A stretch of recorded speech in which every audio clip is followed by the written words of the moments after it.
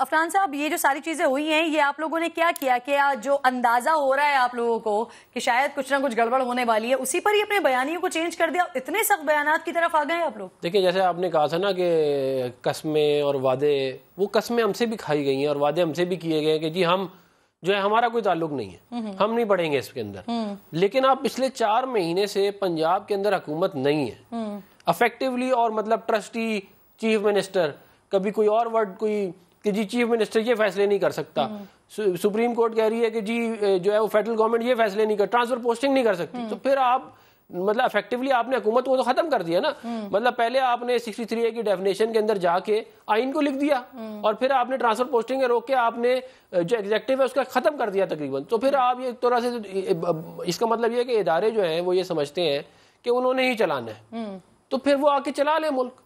देखे ना, हम जिम्मेदार नहीं है। जब हमारे हाथ पांव आप बांध देंगे, हम डिसीजन नहीं ले सकते, तो मुल्क तो घटाई की तरफ जा रहा है आप लोगों के गलत फैसलों की वजह से, इनकंसिस्टेंट फैसलों की वजह से। आपने लोगों ने ये जो आज बहुत अच्छी बात इरफान कादर साहब ने की कि जी आप जमीर की आवाज ना सुने, आप कानून देखें क्या बोलता है। आप मुझे बताएं ना, आज ये फैसला, फर्ज करें मैं मिसाल के तौर पे आज ये फैसला दे दें कि जी इमरान खान के साथ ये जो है 10 के वोट काउंट होंगे, कल को इमरान खान को दोबारा जरूरत पड़ गई, पार्लियामानी लीडर कहता है मैं नहीं मानता, तो फिर सुप्रीम कोर्ट लगेगी इनको एंटरटेन करने की, नहीं हमारा ये मतलब नहीं था, हमारी अब जमीर की आवाज ये कह रही है कि अब यूं करना है। तो भाई बात ये है कि आपने इमरान खान को खुश करने के लिए फैसले नहीं करने, आपने जमीर की आवाजें नहीं सुननी, आपने आइन और कानून के मुताबिक फैसला करना है। और 63A मैंने खुद पढ़ा है बहुत डिटेल में। जब इमरान खान साहब की हुकूमत चली गई थी ना, तो वो भी बार बार ये कहते थे कि हम तो खुद फैसला करने के मिजाज ही नहीं थे। तो यहाँ पर फिर आप इमरान खान साहब को क्लीन चिट दे रहे हैं क्या? नहीं, मैं क्लीन चिट नहीं दे रहा, वो तो इमरान खान साहब की को ये बात जो है शुरू में कह देनी चाहिए थी ना। हम तो कह रहे हैं अभी, बात ये है कि मैं 63A के अंदर किसी जो है वो आज भी शहबाज शरीफ साहब के पास कोई इख्तियार नहीं है, किसी फैसले का कोई इख्तियार नहीं है। देखें, मैं ये कह रहा हूँ कि ये बात तो ऑन रिकॉर्ड है ना कि सुप्रीम कोर्ट ने कहा कि ट्रांसफर पोस्टिंग नहीं होगी, कहा है ना, ये डिसीजन है उनका। तो पीछे फिर क्या है, आप सिविल ब्यूरोक्रेसी आपकी बात चले, ये तो पंजाब का मामला हो गया ना, मैं शहबाज शरीफ साहब के हवाले से पूछ नहीं, तो विफाक में भी उन्होंने यही कहा है, वो जो FIA के केस पे उन्होंने बुला के कहा है कि किसी को ट्रांसफर, तो पीछे रह, देखे ना, आपने ऑर्डर देना है किसी को काम करने के लिए, उसने आपकी बात ही नहीं सुनी, तो पीछे रह क्या गया। तो बात ये है कि ये इस तरह मुल्क नहीं चल सकता। आप लोगों ने और इस सारे मामले में न्यूट्रल्स का किरदार है। देखिए, मैं तो ये कह रहा हूँ कि ये जो है ना, ये ठीक नहीं है मामला। इसके अंदर किसी का इदारों का देखिए, सुप्रीम कोर्ट तो इन्वॉल्व है ना, आपके सामने क्या कहते नजर आ गया है कि जो फैसले आ रहे हैं उसकी वजह से मुल्क मफलूज हो गया है। इसमें मुल्क के अंदर हुकूमत मफलूज कर चुके हैं बिल्कुल, ठीक है ना। और ये आपस की पावर स्ट्रगल, जो भी इंटरनल रैंगलिंग चल रही है ना, उसका मुल्क का ये नुकसान हो रहा है कि मुल्क का जनाजा निकाल दिया आपने। इसका पिछले 4.25 साल में इमरान खान ने निकाला है और रही सही कसर और निकल रही है।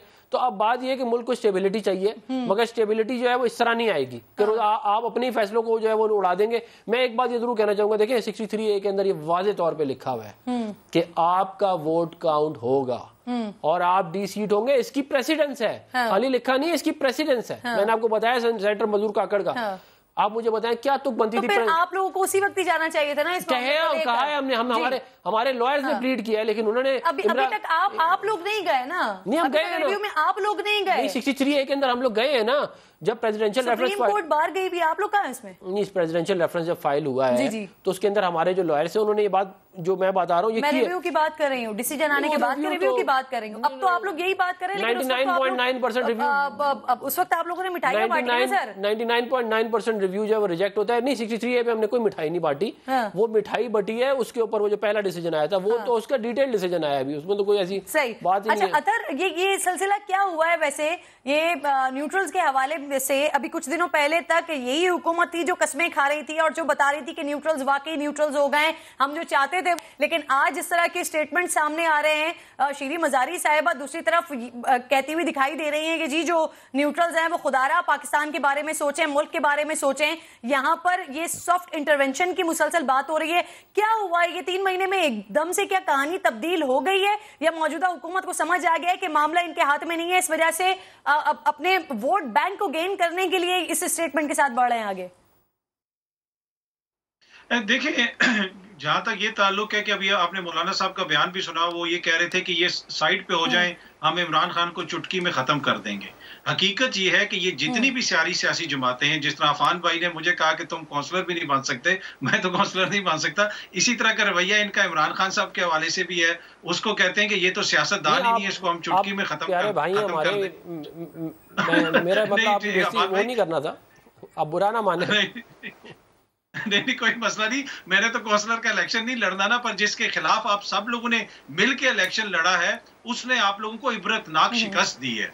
पूरी जमातें जितनी आज बैठी हुई वहां पे प्रेस कॉन्फ्रेंस कर रही थी ना, ये सारी उसके खिलाफ लड़ रही थी। आज तक पाकिस्तान की तारीख में ऐसा हुआ है कि पीपल्स पार्टी और नून लीग, JUIF, ANP और दीगर 13 जमातें ये सब मिल के लड़े एक शख्स के खिलाफ जो सियासतदान भी नहीं है, जो अनाड़ी भी है, और फिर भी आप हार जाएं, तो मेरे ख्याल में फिर आपको तस्लीम करना पड़ेगा कि कहीं ना कहीं आपकी सियासत में भी थोड़ा फर्क है, आपका जो तर्ज सियासत है उससे भी लोगों को इख्तलाफ हो सकता है। दूसरी बात यह है कि जो ये ताल्लुक है कि अब ये न्यूट्रल्स का इसमें किरदार है या नहीं है, देखें जावेद लतीफ साहब ने कुछ दिन पहले ही कह दिया कि हमें डरा धमका के वो लोग लेके आए। अब अगर ये इनकी हालत है कि इतनी इतनी बड़ी जमातें किसी से डर के या उसके कहने के ऊपर आके इन्होंने तहरीक अदम एतमाद पेश कर दी और इमरान खान की हुकूमत को फारिग किया, तो अब चलाएं हुकूमत, आपके पास तो तजर्बा। और जहां तक पोस्टिंग ट्रांसफर की बात है, अफान भाई ने जिक्र किया, देखें वो एक मुकदमा है प्राइम मिनिस्टर साहब के ऊपर मनी लॉन्ड्रिंग का, तो अपने मुकदमे के हवाले से तो वो फैसले नहीं कर सकते ना कि मैं ये प्रोसिक्यूटर लगाऊंगा,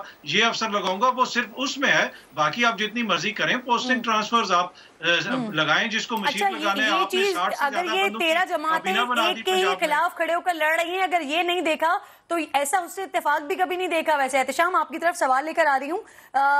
इससे पहले जब हुकूमतें गई हैं तो उसके बाद जैसे इमरान खान साहब अभी कह रहे हैं, मुस्लिम लीग नून भी कहती रही है, दीगर जमातें भी कहती रही हैं कि हमें काम नहीं करने दिया गया या इंटरवेंशन रह गया, लेकिन ये फर्स्ट टाइम हो रहा है कि उसने इत्तेफाक है, फर्स्ट टाइम कि मौजूदा हुकूमत कह रही है कि इंटरवेंशन हो रही है, हमें डरा धमका कर लाया गया। ये पहली बार हो रहा है ऐसा?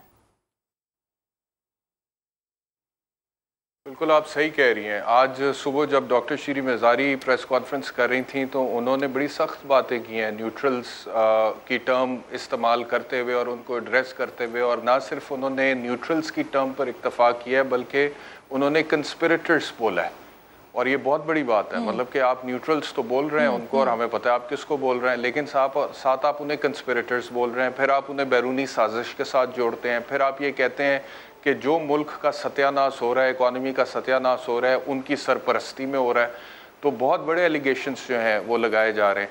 और दूसरी तरफ ख्वाजा साद रफ़ीक की प्रेस कॉन्फ्रेंस मैंने सुनी थी, तो वो भी कह रहे थे कि इनके सहूलतकारों को अब चाहिए कि सियासतदानों को फैसला करना दें।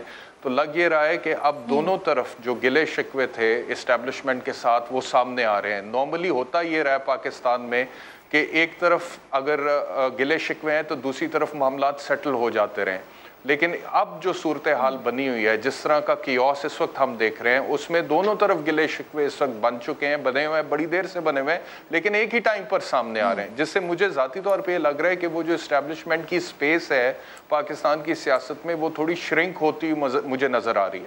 अब देखना यह है कि आने वाले दिनों में वो मज़ीद श्रिंक होगी, होती चली जाएगी, या किसी पॉइंट पे जाके रुक जाएगी, या किसी एक साइड के साथ उनके मामला तय हो जाएंगे, या फिर दोनों साइडों के साथ ही मामला तय नहीं होंगे, या फिर सियासतदान वो दिन भी है कि इकट्ठे बैठ जाएं, जैसे ये कह रहे थे अभी अपना अतर काज़मी साहब के इकट्ठे बैठ के डेमोक्रेट्स को फैसला करना चाहिए।